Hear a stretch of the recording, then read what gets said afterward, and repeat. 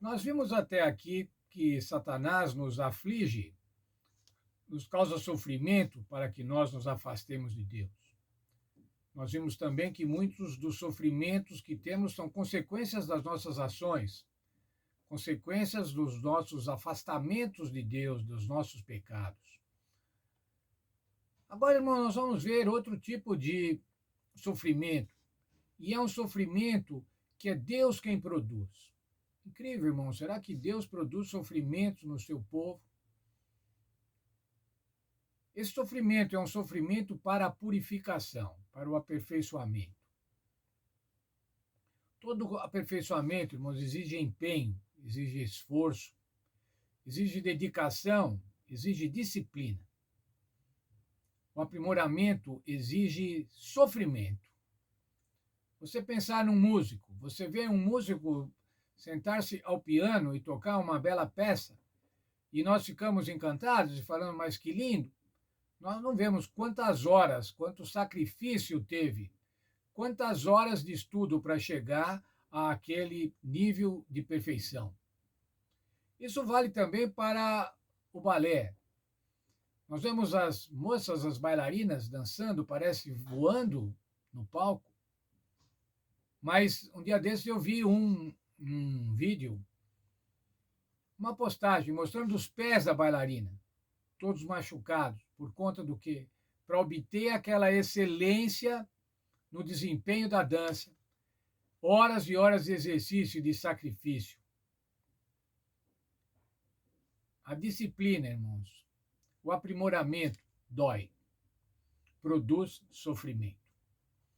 E o Senhor Deus sempre quer purificar o seu povo, sempre quis purificar o seu povo e sempre quer purificar o seu povo. E nós hoje somos o seu povo. Em Jeremias 9:7, nós encontramos o Senhor falando através de Jeremias. Portanto, assim diz o Senhor dos Exércitos: eis que eu depurarei e os provarei. Pois que outra coisa poderia eu fazer com a filha do meu povo? O Senhor Deus está falando assim: eu vou acrisolá-los. Tem uma versão que diz assim: como se faz com o metal, como se faz na fundição dos metais. Com que objetivo? Purificar, tornar puro, tornar totalmente puro. E o Senhor diz assim: que é que eu podia fazer? Que outra coisa que eu podia fazer? Eu tenho que fazer isso para purificar o meu povo, para preparar o meu povo. E quais eram os motivos que estavam levando Deus a fazer isso, esse processo de depuração? Jeremias 9, 13 e 14. Lá diz assim: eles deixaram a minha lei, que publiquei perante a sua face, não deram ouvidos à minha voz, nem andaram nela. Andaram segundo os propósitos dos seus corações, adoraram os Baalins. A questão aí, irmãos, era a questão da idolatria. O povo de Deus estava se afastando de Deus e estava se achegando cada vez mais às práticas idólatras, adorando Balaíns. O Deus Baal, que era considerado o senhor, o possuidor, o marido. Os Baalins, que eram os deuses da natureza, e que era um culto universal naquela região da Palestina e na região da Síria. E o povo de Deus estava se contaminando dessa adoração e estava agindo como os povos. E agora, o que o Senhor podia fazer? Como disse, que outra coisa eu poderia fazer? Eu vou prová-los, eu vou fazê-los sofrer. Continuando ainda no texto de Jeremias, versos 15 e 16, o Senhor diz assim: darei de comer losna ou absinto, plantas amargas, darei de beber fel. Noutra tradução diz assim: água envenenada. Espalharei entre as nações. Eles vão ser exilados, vão morar em ruínas. Mandarei a espada. Isso quer dizer, o Senhor ia puni-los. Para que o Senhor ia puni-los? Para destruí-los, irmãos? Não, para purificá-los, para trazê-los de volta, para fazer com que fizessem a vontade de Deus e fossem fiéis a Deus. As circunstâncias do crisol nos provocam dor. Quando nós somos provados por Deus, irmãos, quando Deus quer que nos acheguemos mais perto dele, e nós não fazemos, muitas vezes não fazemos pelo amor, mas vamos fazer pela dor. Uma ação drástica. Quando isso acontece, irmãos, nós vamos passar a discernir o pecado e nos entristecermos com isso.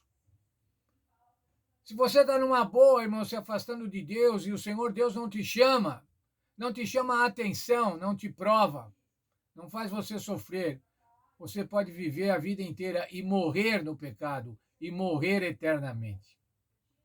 É difícil, irmãos, abandonar os nossos hábitos carnais, os nossos desejos carnais.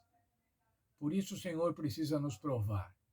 Por isso o Senhor precisa colocar sobre nós, muitas vezes, dores, provações, para que a gente se volte a Ele. Qual que é o objetivo, irmãos? Por que é que Deus pode e deve nos acrisolar nos dias de hoje? Não estou falando agora dos dias de Jeremias. Estou falando nos dias de hoje. Nós somos o seu povo. O Senhor quer nos purificar. Por que é que Ele quer nos purificar? Ezequiel, capítulo 18, verso 32. Por que razão morreríeis, ó casa de Israel? Pois não tenho prazer na morte de ninguém, diz o Senhor. Arrependei-vos e viver. O objetivo de Deus, irmãos, é nos acrisolar. O objetivo de Deus é nos provar, a deixar com que soframos. É para que nós nos acheguemos perto dele. É para que nós nos arrependamos das nossas más práticas. É para que nós, ao nos arrependermos, recebamos a bênção. Recebamos a bênção da conversão, a bênção da salvação. Portanto, irmãos, pode ser que o Senhor Deus tenha alguma vez provado a mim, ou provado a você, ou ainda fará isso. Vamos agradecer quando isso acontecer, irmãos, se estivermos longe de Deus, para que nós nos acheguemos mais perto. Qual é o plano de Deus, irmãos? Ele não tem prazer na morte de ninguém. Por que morreríeis, Israel? E diz o Senhor para mim e para você: arrependei-vos e vivei.